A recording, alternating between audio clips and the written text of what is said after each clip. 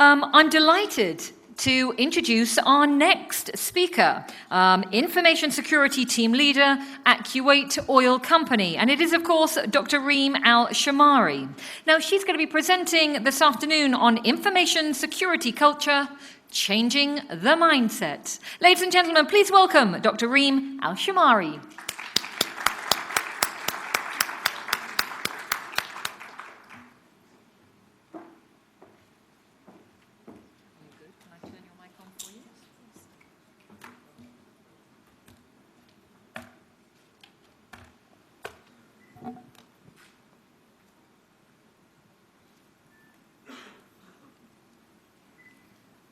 Assalamu alaikum. Good evening, all. I would like first to thank you for attending this meeting, this presentation.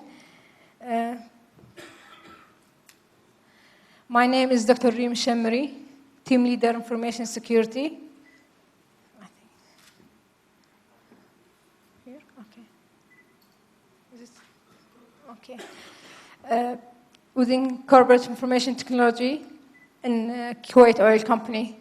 I believe most of you have been hearing from the morning very scary news about cyber attacks and within our Middle East, our neighbors, Saudi being attacked just recently, 2 months ago. So I thought at 1 o'clock we should stop scaring people and let's talk from a different perspective. So how about talking on the information security, cybersecurity culture, with looking at a very important aspect, which is changing the mindset.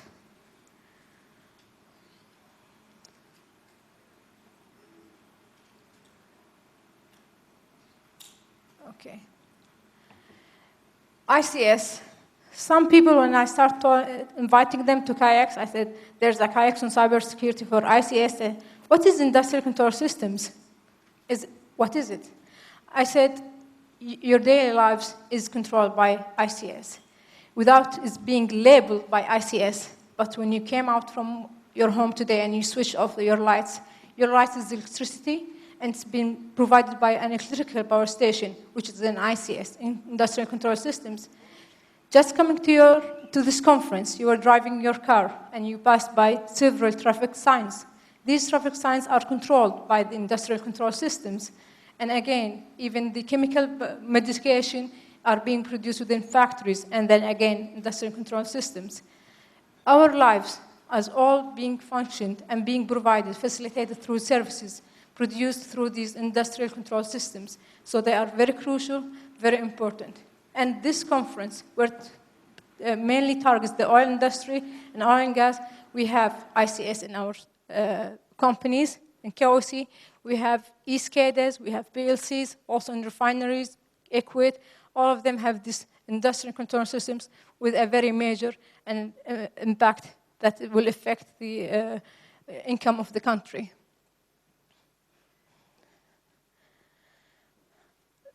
Again, Mr. Mohammed Hussein said that information technology is coming to the ICS whether we want it or not, so we should just get prepared for that. And this is true, because in KOC we have been living with the Kuwait Intelligent Digital Oil Fields from 2009. We started with 3 pilots, and now we have 6 digital oil fields expanding through all the assets. And yes, it's great to have technology with ICS. It increases the production, it maximizes the ability and capability to get your objective and strategic productions. But however, we need to be very smart in doing so. So why digitalize is getting to our environment? Because it's all about getting the right information at the right time and making your achievements of strategic objectives, where it was in exploration, production, refineries, distribution, or even the supplier channels. Cyber attacks, I will not go through them very detailed, but very quickly. This timeline just shows you that the time gap is being reduced. Instead of having like 2-3 years gaps, it's becoming monthly or just months gaps. And with going through the companies or countries, we can see that's being targeted very much closely to our Aramco, our friends in also Qatar. And some of the latest studies shown that the Middle East is being targeted within the coming years from cyber attacks on the oil industry. So again, as Ms. Wafa Al-Zaabi said, when she said that in cybersecurity, it's not just about losing information, it's about affecting the production, as Kuwait income is relying on this petrol, where it affects 95% of the income is relying on petrol. So if we get jeopardized, then the national income is being jeopardized as well. That's why cybersecurity is very crucial in the ICS. So, where does the change mindset comes? It's okay and it's good to build our infrastructure and do that investment from the technologies, solutions, and we have our vendors here all over to help us in that. However, we should not ignore the very important factor here, our weakest link, humans. Our employees, our vendors, our suppliers are our weakest link. No matter how much investment we put in our solutions for security, if we do not invest in that weakest link and make them our strongest link as our first line of defense, then we are losing big time. In KOC, when we send awareness messages and we send news flashes, we say, please do not become our weakest link. Please do not become the weakest link of KOC information security system. Help us to get more secure. Whether we like it or not, people are our first line of defense. So we need to invest in them by making them more aware and building that cyber-aware staff and community. And of course, the attacks is being targeted as adversaries and hackers don't want to waste lots of money in just trying to penetrate systems. It's easier for them just to penetrate a person and a human being through social engineering or sending phishing email. Again, Mr. Mohammed Hussein, when he said phishing, I come from an island, and phishing means something else. Where now, with cybersecurity, it means something major. Yes, phishing is being used as the major key in these attacks to these humans. And if you can see from the numbers here, it shows you that the major numbers here,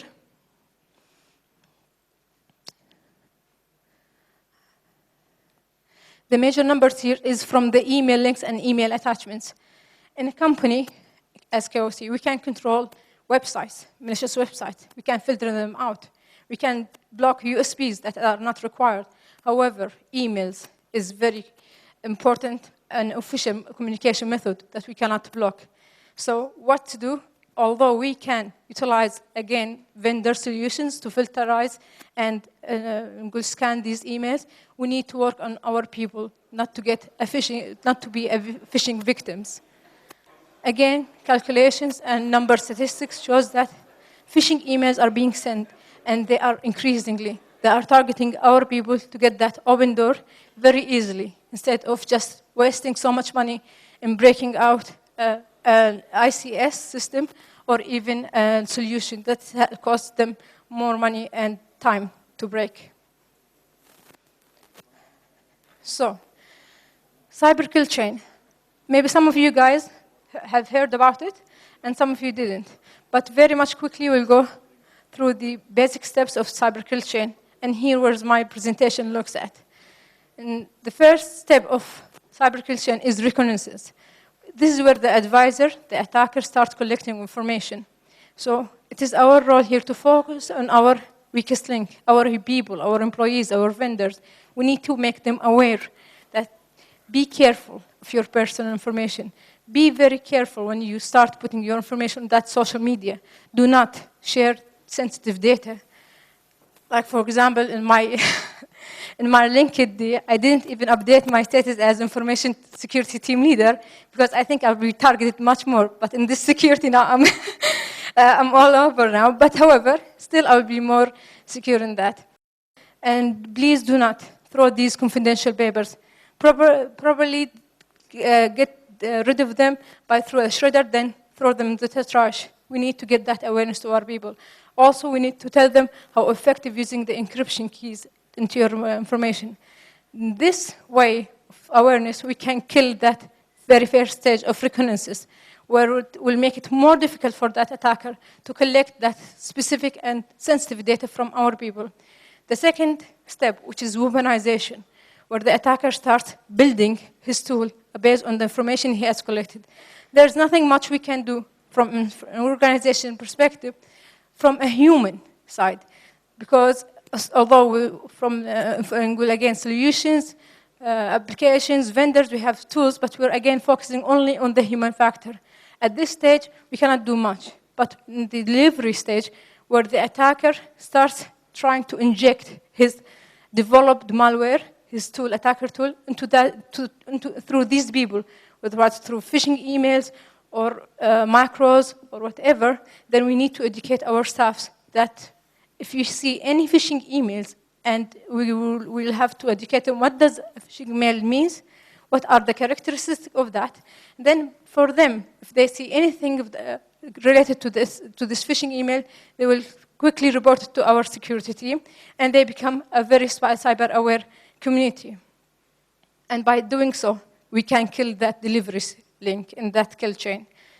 The fourth stage, which is exploitation, where he can get, the attacker will get his tool into that environment, and he starts looking for vulnerabilities, exploits, and start getting to that open patches or unpatched systems.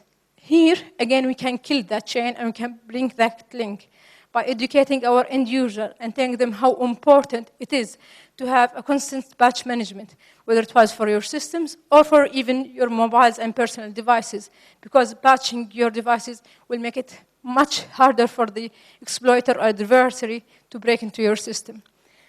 Moving to the fifth stage, which is installations, where he starts installing his malware in order for him to start exploiting and attacking the system. We can again here teach our employees to be alert to the common indicators of compromise. When he double clicks on that Word document that he just received from an email, if it takes too long, then there's something wrong. There's something in the background being run, so be aware of that, come and report it to us. So this is where it comes to that cyber aware again, for our staff to come and alert us. This is where it comes for cyber aware and giving that community of awareness all around our staff. Then moving to the sixth one, which is the command and control. This is where, after being installed, he tries to communicate with his command control over the internet to take the actions in order to do the destruction.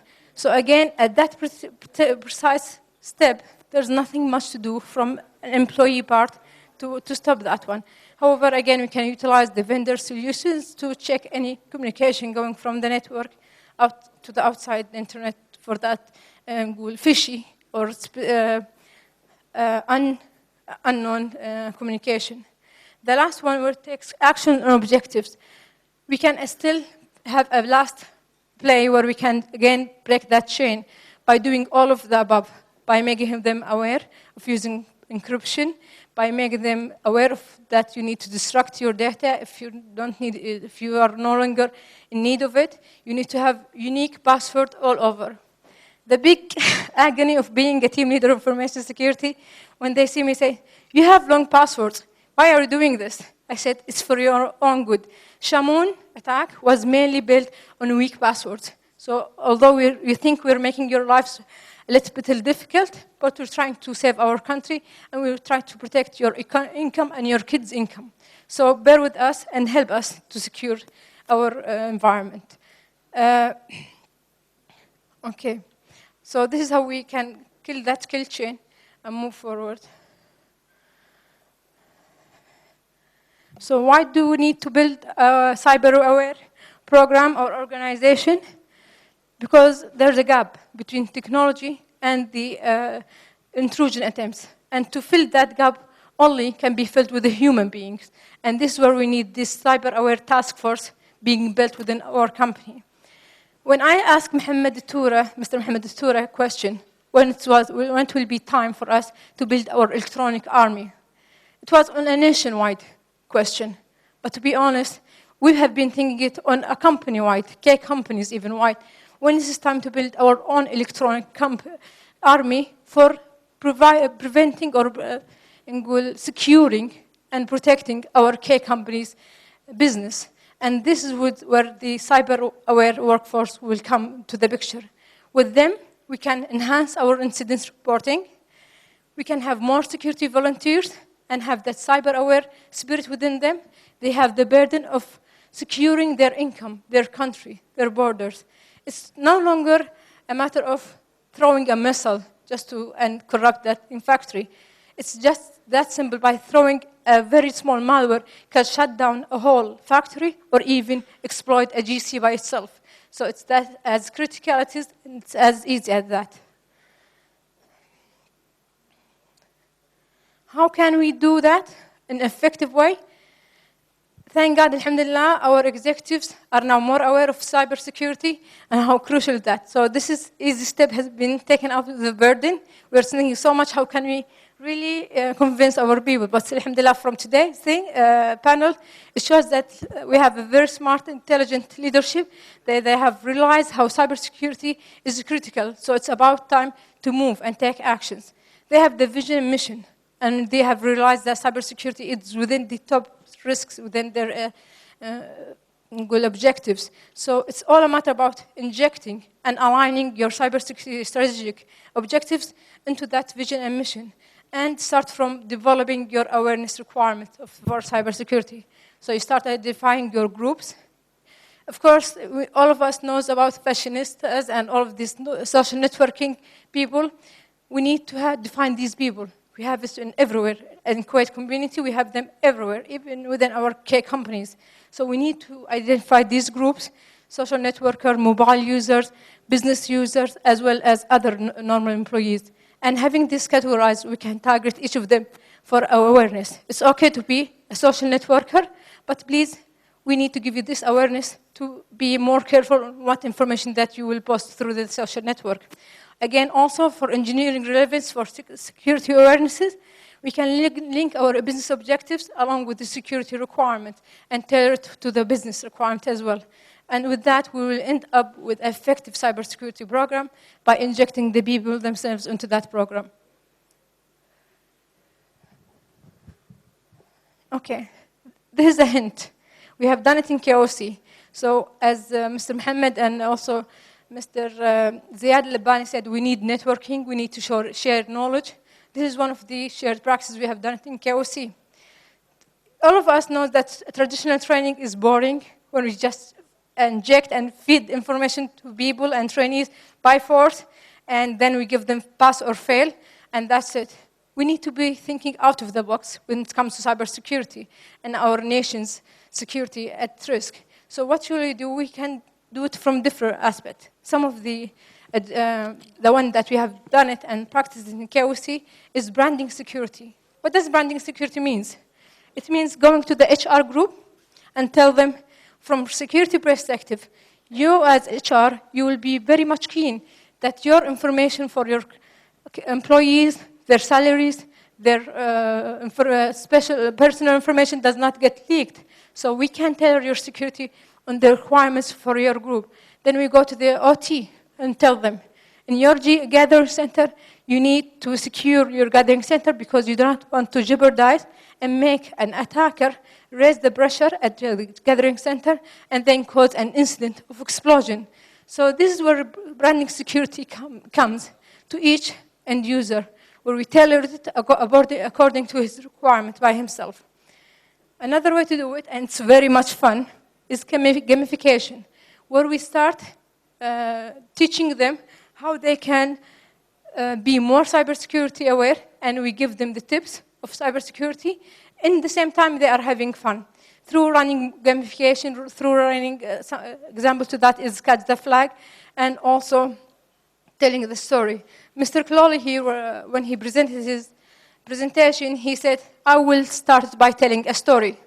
Telling a story is a very effective method and has been proven by so many studies that is a very effective method to get people involved in you, and they would like to see the events and the sequential of that story. So we have practiced that just recently in one of our IT KOC gathering.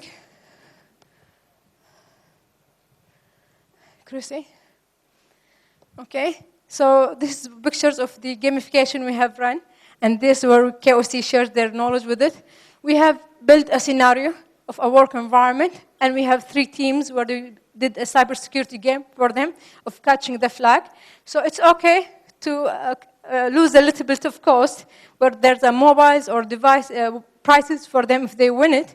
But at the end, although we have lost some money in getting them the prize, but we end up with 100 people coming out from that gathering with their cyber aware has been updated, and they will be much more keen to get all of this cybersecurity awareness and tips into his work environment the next day.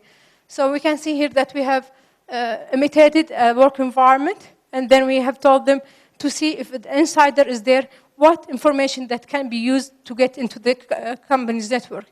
Of course, they were very much keen, and mashallah, our people as IT always smart.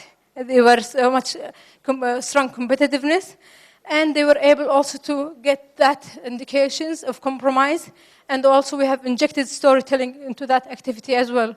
So it's all about our people. These people you see in the images or in the pictures are the one who our adversaries, our attackers will attack. So we should be very careful and very keen on investing on them because they are worth it and they are our first line of defense. So let's focus on them. Thank you so much.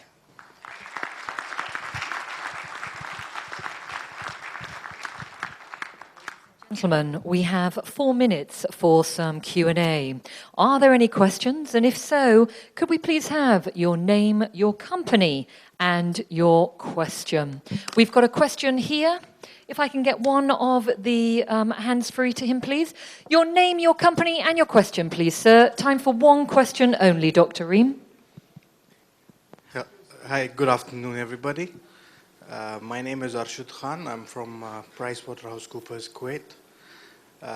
First of all, I'd like to thank you and the entire team here for organizing this world-class event. And regarding information security, and since you also belong to one of the flagship companies here, you mostly talked about the external factors or external attacks involved in the space of cybersecurity. What I'd like to know from you is, what are your internal safeguards regarding attacks emanating from within the company? For example, any outsourced or employee-based leaks.